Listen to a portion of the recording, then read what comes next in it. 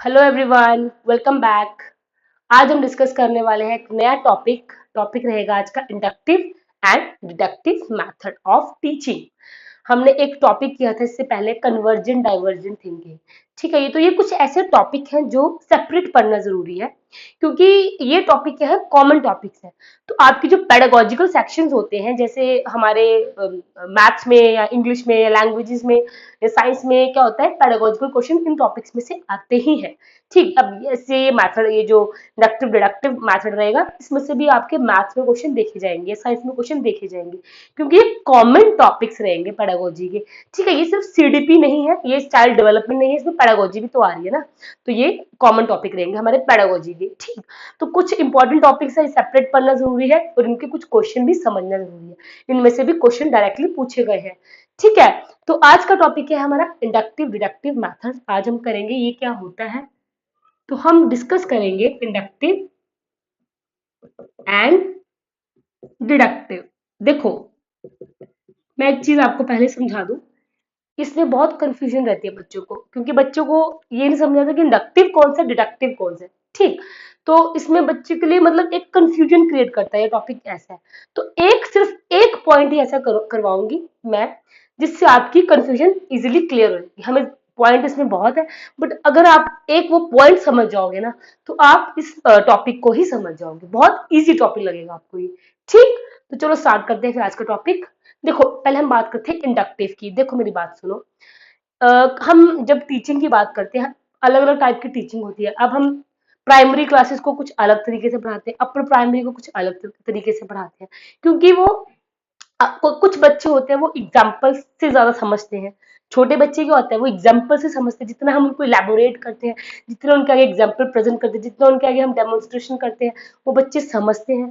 और अब वही हायर क्लासेस में क्या होता है, उनको अगर एक रूल भी दे दो, क्योंकि वो एब्स्ट्रैक्ट चीजों को समझ पा रहे हैं। ठीक है, उनको हम रूल भी कोई बता दे, कोई चीज बता दे, तो वो उस चीज को सॉल्व कर लेते हैं। तो तरीके अलग अलग होते हैं टीचिंग के।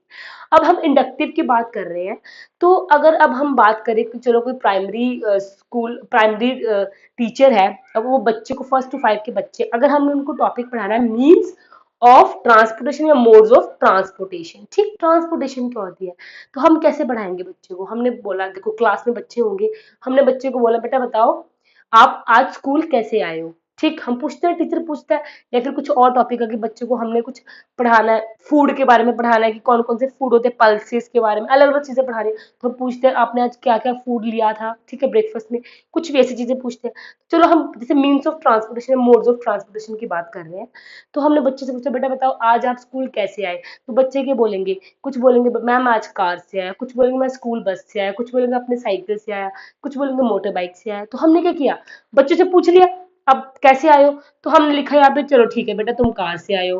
किसी को बोला तुम बस से आए हो, कोई बोलेगा स्कूल बस से, कोई बोलेगा मैम मैं साइकिल से आया हूँ, कोई बोलेगा मैं मोटर बाइक से आया। तो हमने ये चीजें बोर्ड पे लिख दी। ठीक, समझ रहे हो, ये चीज समझना, कॉन्सेप्ट समझो, टॉपिक क्लियर हो जाएगा। अब हमने बच्चे देख रहे हैं कि ये सब आपस में, देखो जब बच्चों ने चीजें देखी, तो कुछ बच्चे तो मतलब बच्चे तो ये दिमाग लगाएंगे ही लगाएंगे। कुछ दिमाग लगाएंगे ना, वो इस चीज के बारे में कुछ तो सोचेंगे ना कि भाई ये सब आपस में रिलेट है। वो कुछ सिमिलैरिटी ढूंढ रहे होंगे इस चीज में, कि देखो कार बस ये सब क्या है, आपस में रिलेट है, इनमें सिमिलैरिटी है, कुछ सेम चीजें आ रही है, क्योंकि इनके थ्रू हम स्कूल आ पा रहे हैं, इससे हम इजिली स्कूल आ सकते हैं। इनके व्हील्स हैं, टायर्स हैं, वो कुछ रिलेट कर रहे हैं। हम पूछेंगे चलो कि इसमें बताओ क्या क्या सिमिलैरिटीज है। कुछ बोलेंगे मैम ये इसमें टायर्स होते हैं, मैम इससे हम जल्दी स्कूल आ जाते हैं, हम इजिली स्कूल आ जाते हैं। ठीक है, वो बच्चे की हम क्यूरियोसिटी बढ़ रही है, बच्चे दिमाग लगा रहे हैं। तो हमने क्या किया, बच्चे के आगे एग्जाम्पल सेट की। ठीक, बच्चे के आगे क्या किया हमने, एग्जाम्पल्स रखी। अब बच्चे ने एग्जाम्पल, देखो एग्जाम्पल तो हमने बच्चे के आगे रख दी। अब बच्चे को हमने बोलना है, अब वो लोग, उन बच्चों ने तो कुछ रिलेट कर लिया कि भाई देखो ये ट्रांसपोर्टेशन हो सकती है।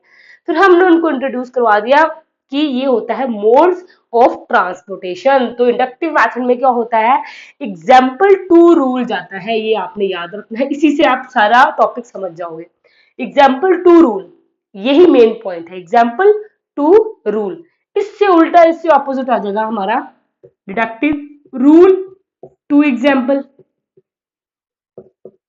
ठीक है, देखो अब हमने यहाँ डिडक्टिव पे आ जाओ। अब हमने क्या किया, पहले आ गए क्लास में, हमने बोला बेटा बोर्ड पे लिख दिया आज हम पढ़ेंगे मोड्स ऑफ ट्रांसपोर्टेशन।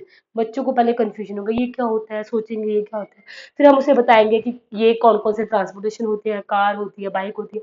वो उतना मतलब इंटरेक्टिव नहीं रहेगा। ठीक, तो वही अगर हम ये चीज करेंगे, इंडक्टिव मेथड यूज करेंगे वहां पे, तो वो इंटरेक्टिव रहेगा, बच्चे की प्रॉब्लम सॉल्विंग बढ़ेगी, बच्चा नॉलेज को सोचेगा, मतलब जो जो उसके दिमाग में होगा चीजों को वो सोचेगा, एक्वायर करेगा, धीरे धीरे मतलब निकालेगा अपने दिमाग से कि भाई ऐसे क्या क्या हो सकता है। तो ये देखो, अब इंडक्टिव डिडक्टिव दोनों मेथड अच्छे हैं, ठीक है, ऐसे नहीं कहेंगे कि एक ठीक है एक नहीं है।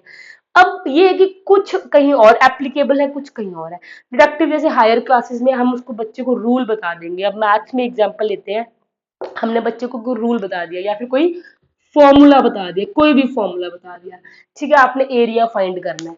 अब हम उसको एरिया फाइंड करवाने के लिए दे देंगे, हमने डिफरेंट डिफरेंट वहां पे यूनिट्स बता दी, ठीक। अब वो बच्चे क्या करेगा, क्या उससे एक ही एग्जाम्पल सॉल्व करेगा? अब वो एक पर्टिकुलर फॉर्मूला से कितने ज्यादा क्वेश्चन लगा सकता है। तो यहाँ पे ये डिडक्टिव काम आ रहा है, तो यहाँ पे फॉर्मूला टू ये एग्जाम्पल, पहले हम बच्चों को यहाँ पे फॉर्मूला इंट्रोड्यूस करा रहे हैं, रूल या फॉर्मूला और लिख देती हूँ यहाँ पे, ठीक है, सेम चीज ही है, रूल और फॉर्मूला टू एग्जाम्पल, ठीक, समझ गए। अब एक और चीज समझो, यहाँ पे आ जाएगा उल्टा, यहाँ पे पहले बच्चे को हमने एग्जाम्पल, यहाँ पे एग्जाम्पल बता रहे हैं, फिर हम बच्चे को वो फॉर्मूला बता रहे हैं। पहले हमने बच्चे को 2-3 एग्जाम्पल सेट करवाए, फिर फॉर्मूला बताया। अब आप देख रहे हो ना कि कौन सा मेथड कहाँ ज्यादा काम आ रहा है, ठीक, इंपॉर्टेंट सब है, बट अपने अपने उनके कुछ यूजेस हैं, ठीक है, मेरिट्स है कह लो। अब देखो एक और चीज, अब हम बच्चे को इंग्लिश पढ़ा रहे हैं, नाउन नाउन कैसे पढ़ाते हैं, हम उसको पूछते हैं नाम बताओ, किसी प्लेस का नाम बताओ, मतलब ठीक है, किसी अपना पर्सन का नाम बताओ, तो फिर क्या बोलते हैं बच्चों को, पहले क्या बोल रहे हैं हम, उससे एग्जांपल्स पूछते हैं, फिर उसको बताते हैं नाउन की डेफिनेशन। तो वही चीज है, पहले हम बच्चों को एग्जाम्पल बता रहे हैं, देन ये सब और है, मैं आपको ये सेम चीज है, आपको अलग अलग नाम से बता रही हूँ, ठीक, एग्जाम्पल और डेफिनेशन, ठीक है। और यहाँ पे भी यहाँ पे हमने क्या करना है, बच्चे को पैशन बता दी, ठीक, ठीक है, अब नाउन की डेफिनेशन उसको बता दी, तो क्या वो बच्चा इतना दिमाग लगा पाएगा? ठीक है, तो वो अपने अपने उनके कुछ एप्लीकेबल, मतलब अपने अपने कुछ यूजेस है। डेफिनेशन से यहाँ हम जा रहे हैं किसकी तरफ, एग्जाम्पल, पहले यहाँ पे बच्चों को डेफिनेशन समझा दी, ठीक है, फिर उसके बाद हमने उसको एग्जाम्पल बता दिया, ठीक है, किसी भी चीज की उसको पहले डेफिनेशन बता दिया, किसी भी चीज की, मैं इंग्लिश में नहीं बोल रही, किसी भी चीज में, साइंस में, ईवीएस में, मैथ्स में, किसी भी चीज में उसको एग्जाम्पल समझा दी, कि फिर वो बच्चा एग्जाम्पल, सॉरी डेफिनेशन बता दी, फिर वो बच्चा क्या करेगा, एग्जाम्पल, उसको एग्जाम्पल्स बताए, ठीक। तो ये कंसेप्ट है किसका, इंडक्टिव एंड डिडक्टिव मेथड का। सेम मेन चीज है कि example to rule, rule to example. अब इसमें जो कंफ्यूजन होती है यही होती है, कुछ बोलते हैं कि इंडक्टिव रूल टू एग्जाम्पल, मतलब कंफ्यूजन क्रिएट होती है। तो इसके लिए एक तरीका है याद करने का, डिडक्टिव का, डी से याद रखना, पहले D deductive, D definition to example, ये छोटी सी ट्रिक है, इससे भी आप याद रख सकते हो, ठीक। और इंडक्टिव ई, आई और ई सेम, ठीक, मतलब तो इससे मतलब याद हो सकता है आपको, ई टू डी, ठीक है, इससे इतना नहीं, इससे आप याद रख सकते हो क्योंकि डी और डी सेम है। तो D for definition to example, पहले डेफिनेशन बच्चे को बताएंगे, पहले बच्चा डेफिनेशन सीखेगा, देन उसको इसकी एग्जाम्पल्स बताएंगे। ये मेन चीज थी, rule to example to rule, rule to example, ये मेन पॉइंट था। अब इससे रिलेटेड कुछ 2-4 पॉइंट और देख लो। अब हम इसमें देखो, एग्जाम्पल बताई तो हमने क्या उसको कुछ स्पेसिफिक चीजें बताई, तो ये स्पेसिफिक, ये क्वेश्चन पूछा गया है तो स्पेसिफिक टू जर्नलाइजेशन के लिए जा रहा है, जर्नल, स्पेसिफिक को हम पर्टिकुलर भी कह सकते हैं,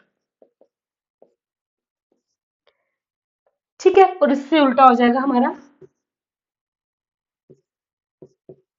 जर्नल टू स्पेसिफिक और पर्टिकुलर,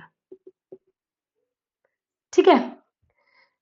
जैसे ये चीज है, एग्जाम्पल, एग्जाम्पल कोई स्पेसिफिक एग्जाम्पल, जैसे मैंने बताया आपको नाउन की एग्जाम्पल बताई, या मोड्स ऑफ ट्रांसपोर्टेशन की एग्जाम्पल बता दी कि कौन कौन से मोड ऑफ ट्रांसपोर्टेशन होते हैं, कोई स्पेसिफिक उसको बता दी कि स्पेसिफिक है ना, बस, कार, ट्रक, ये सब स्पेसिफिक है, हमने उसको स्पेसिफिक बताया, और उसमें से फिर एक जर्नल रूल निकाल दिया, एक जर्नल रूल निकला ना, कि मोड ऑफ ट्रांसपोर्टेशन वो होते हैं, उसको बता दिया कि क्या क्या उसकी जो भी स्टेटमेंट्स निकल जाएंगी, कि इजी तो होते हैं आने जाने के लिए, ठीक है, वो मतलब उसके डेफिनेशंस बता दी हमने बच्चे को, ठीक। तो वो एक जर्नल रूल निकाल दिया, मोड्स ऑफ ट्रांसपोर्टेशन का जर्नल रूल निकला, उसके बाद उसकी एग्जांपल, तो ये स्पेसिफिक, कोई स्पेसिफिक एक एग्जाम्पल, देखो एग्जाम्पल पहले आ रही है ना यहाँ पे, तो स्पेसिफिक एग्जाम्पल समझ लो।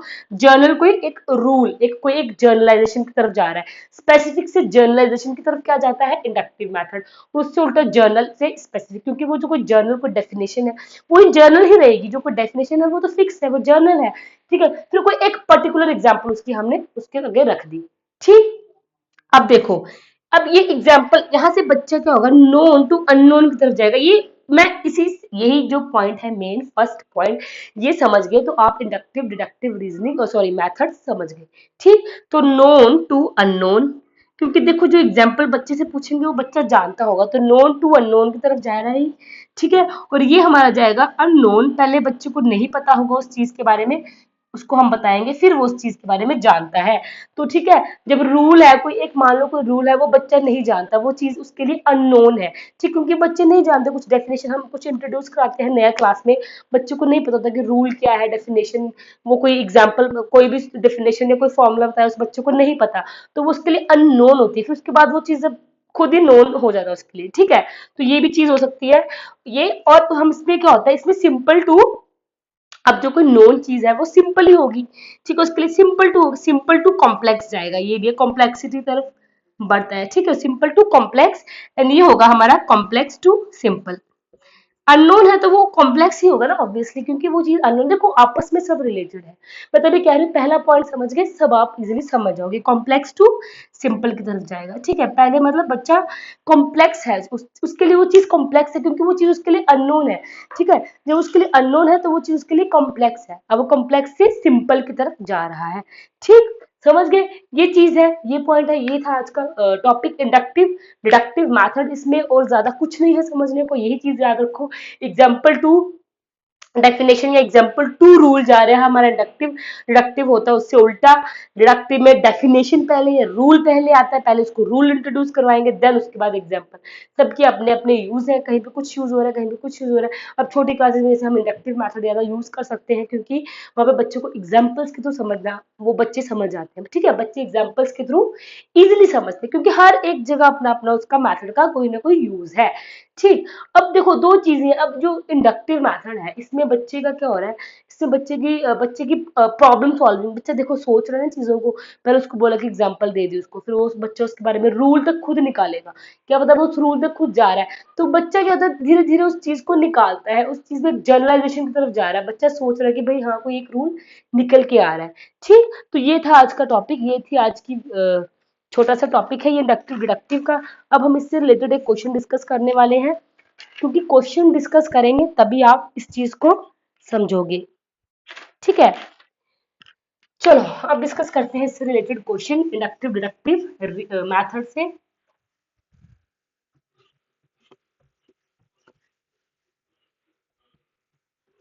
आई होप आपको ये चीज समझ आ चुकी है, इंडक्टिव मेथड क्या होता है ये आपने याद रखना है। मैं यहाँ भी लिख देती हूँ, इंडक्टिव का मेथड, इंडक्टिव मेथड में क्या होता है, सबसे पहले हम जाते हैं एग्जाम्पल टू रूल या डेफिनेशन, एग्जाम्पल टू डेफिनेशन और एग्जाम्पल टू रूल। ठीक, डिडक्टिव ये आपको आपके लिए इजी रहेगा समझने के लिए, D to E, definition to example. ठीक, चलो क्वेश्चन देखते हैं। डिडक्टिव रीजनिंग, अब ये जो डिडक्टिव मेथड है, ठीक है, तो मतलब उसमें बच्चा डिडक्टिव रीजनिंग भी करेगा, जैसा मेथड, जैसे हम मेथड उसको लगाएंगे बच्चे के ऊपर, वैसे बच्चे की रीजनिंग भी तो होगी। ठीक है, तो इसका क्या है, deductive reasoning involve reasoning from general to particular, general to particular. ठीक है, reasoning from particular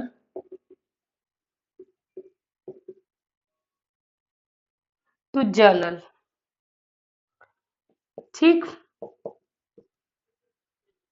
standardised, standardised assessment, standardised assessment of children,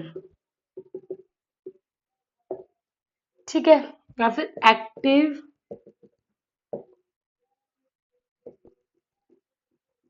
construction and reconstruction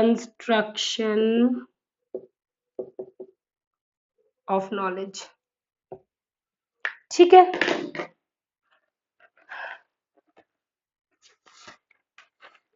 तो देखो क्वेश्चन बहुत इजी है। डिडक्टिव रीजनिंग क्या होती है? डिडक्टिव मेथड हमने पढ़ा, डिडक्टिव मेथड में डिडक्टिव रीजनिंग ही काम आएगी। तो reasoning from general to particular, reasoning from particular to general, standardise assessment of children या एक्टिव कंस्ट्रक्शन ऑफ नॉलेज। देखो एक्टिव कंस्ट्रक्शन की बात कौन करते हैं? कंस्ट्रक्टिविस्ट, ये यहाँ पे नहीं होगा, ठीक। स्टैंडर्डाइज्ड असेसमेंट ऑफ चिल्ड्रन, ये भी इससे रिलेटेड नहीं है। अब आपको कंफ्यूजन होगी, जर्नल टू पर्टिकुलर, पर्टिकुलर को हम स्पेसिफिक भी कह सकते हैं या फिर स्पेसिफिक टू जर्नल।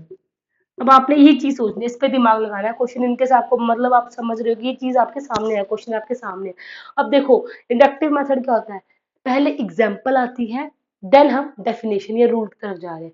अब एग्जाम्पल आ रही है तो वो एग्जाम्पल क्या थी? स्पेसिफिक, ठीक। स्पेसिफिक, इंडक्टिव में एग्जाम्पल स्पेसिफिक होती है, देन कोई एक स्पेसिफिक से कोई जर्नलाइजेशन की तरफ जा रहे हैं। इंडक्टिव, डिडक्टिव उल्टा, जर्नलाइजेशन से स्पेसिफिक की तरफ। तो इसका जो करेक्ट आंसर है वो है ऑप्शन ए, ठीक है, समझ गए।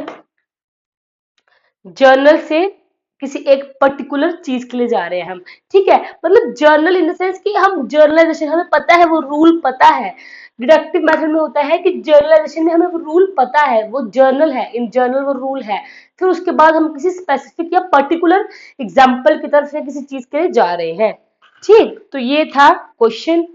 चलो एक क्वेश्चन और डिस्कस करते हैं इससे related.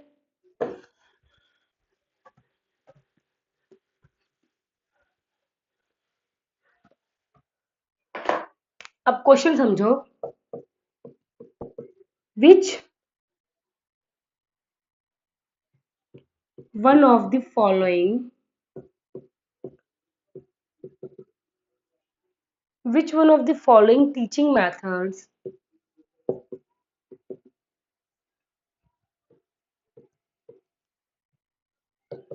is based on progressive theory? Progressive theory क्या होती है? देखो प्रोग्रेसिव थ्योरी का मतलब होता है, प्रोग्रेसिव हमने पढ़ा था, प्रोग्रेसिव एजुकेशन हमने पढ़ी थी, उसमें आएगा कि बच्चा खुद कुछ कर रहा है, ठीक, खुद कुछ करने की कोशिश कर रहा है। जैसे बच्चा डिस्कवरी लर्निंग कह लो, बच्चे की डिस्कवरी लर्निंग कर रहा है बच्चा, इंक्वायरी बेस्ड लर्निंग हो जाएगी,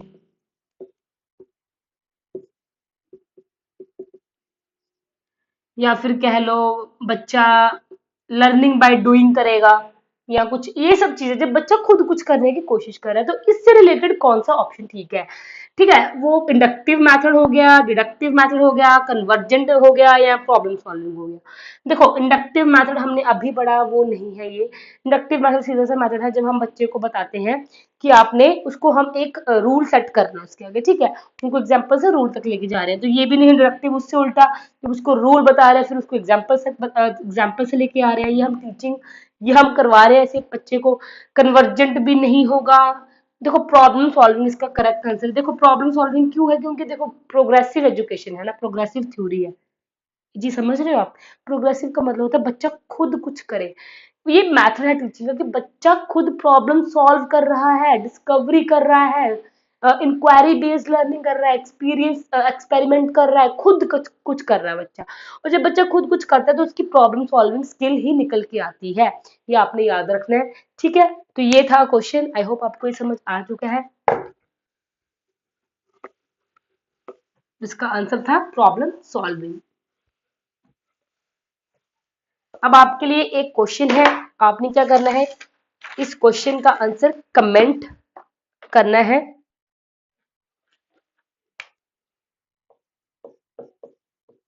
द स्टेज, आपने इस क्वेश्चन का आंसर कमेंट में लिखना है, ठीक है।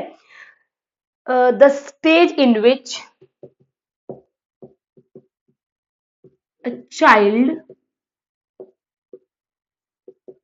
begin to think logically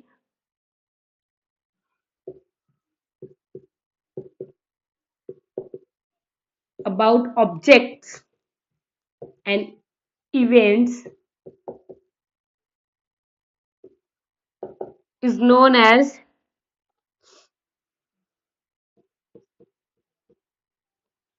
formal operational. आपने इस क्वेश्चन का करेक्ट आंसर कमेंट में देना है, ठीक। प्री ऑपरेशनल,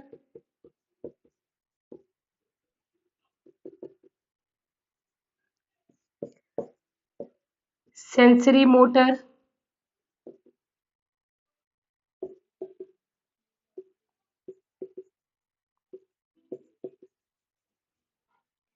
या फिर कॉन्क्रीट ऑपरेशनल।